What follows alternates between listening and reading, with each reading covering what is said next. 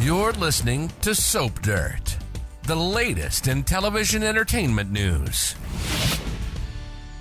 Hey, Days of Our Lives fans. Little Rachel Black is acting really weird lately, and we know Stefano DiMera's spirit is on the loose, according to Susan. So is the Phoenix back and possessing his wicked little granddaughter? It's Belinda from Soap Dirt. Be sure to hit that like and subscribe. We're going to dive into all the red flags that Stefano is sort of back from the dead and why Rachel may be the one playing host to her wicked grandpa and wreaking havoc in Salem.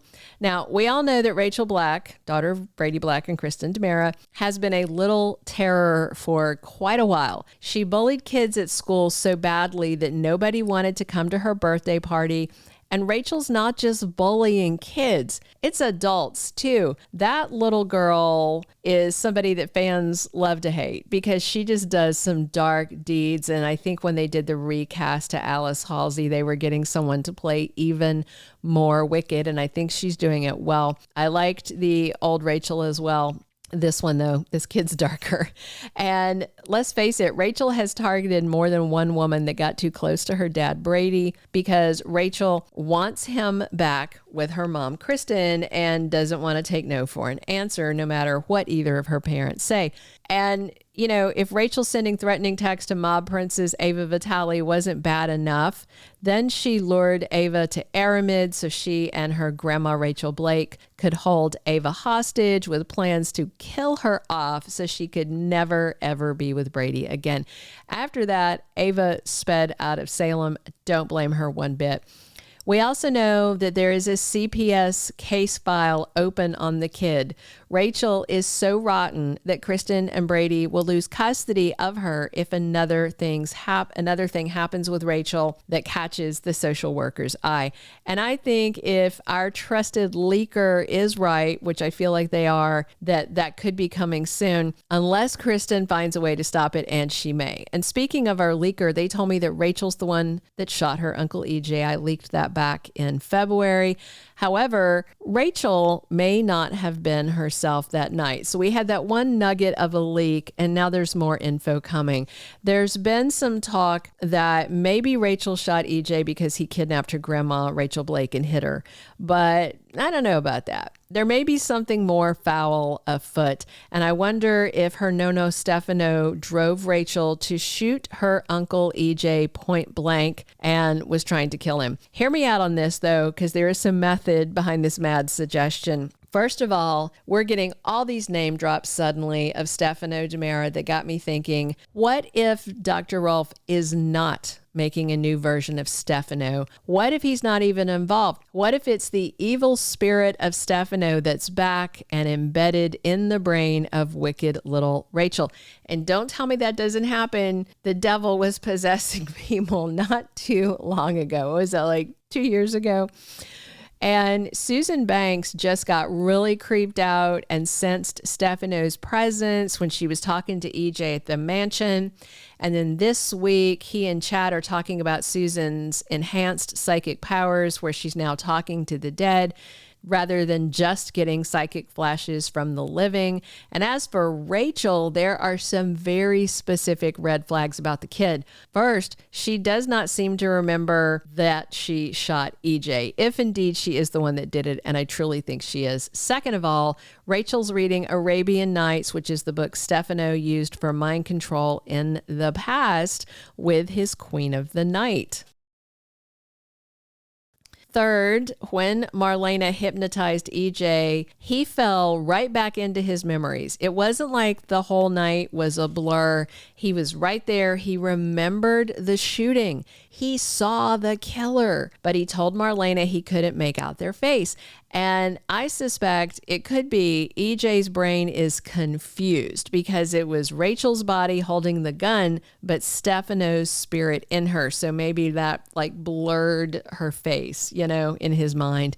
The extreme anxiety and nightmares that Rachel's suffering could be her trying to fight off Stefano's ghostly invasion of her mind. Then there's the fact the gun was found outside the mansion in a flower pot, barely hidden. That would be the kind of place a child like Rachel might think to stash a gun because they don't know how to hide evidence. That's why Roman found it right away when he went to the mansion that night. This week, spoilers say Marlena is questioning Rachel. Could be about the Arabian Nights book and why she wants to read it so much. Because if you remember, Marlena was mind controlled with it in the past by Stefano.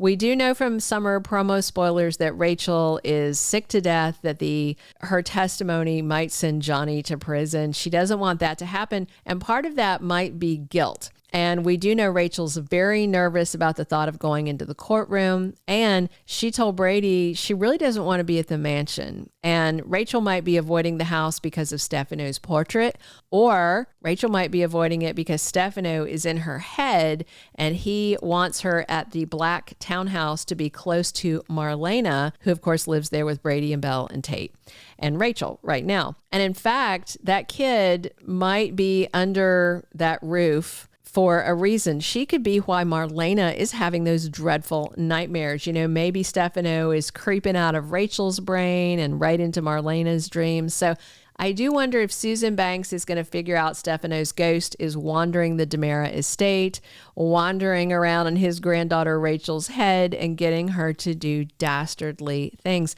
Let's face it, stranger things have happened in Salem, but this could be a doozy. Although Stefano adopted Kristen, he heavily favored her. Stefano saw her as a true daughter of his. And while Kristen and Stefano don't share a blood tie, she is very much her father's daughter in attitude and wickedness. And by the same token, Rachel is her mother's daughter, a true DiMera. Plus, if you believe what they say in the movies, you know, children are more susceptible to the supernatural. Remember that movie, The Sixth Sense? I see dead people. So maybe it's not just Susan sensing things. Maybe Rachel has some supernatural gifts that are developing, like when she predicted her grandpa John dying before it happened. So, you know, I don't know if she's getting her own psychic powers. It may be just powers related to Stefano possessing her that are manifesting. Susan's on the lookout for the person that almost killed her precious Elvis Jr., and I'm curious to see if she gets some eerie readings off of little Rachel. But that also begs the question, why would Stefano want EJ shot? And it may be because Stefano doesn't think EJ is living up to his reputation as a DiMera, not following closely enough in his wicked father's footsteps.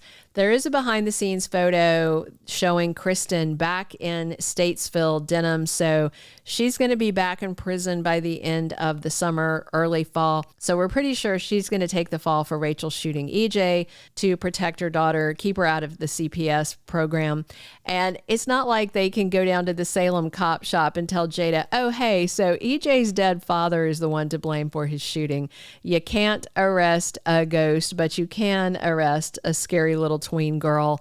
And of course, Kristen doesn't want her daughter in handcuffs. We'll see how it goes. But all of this kind of aligns to the clues that we've not only seen so far on Days, but also aligns with info we've gotten from our very reliable leaker. So keep watching to see what's next on this roller coaster ride. Thank you for being a loyal listener. Follow us wherever you get your podcast, because you don't want to miss the next episode. Soap Dirt is on all the major podcast platforms, including Apple Podcast, Spotify, iHeartRadio, and more.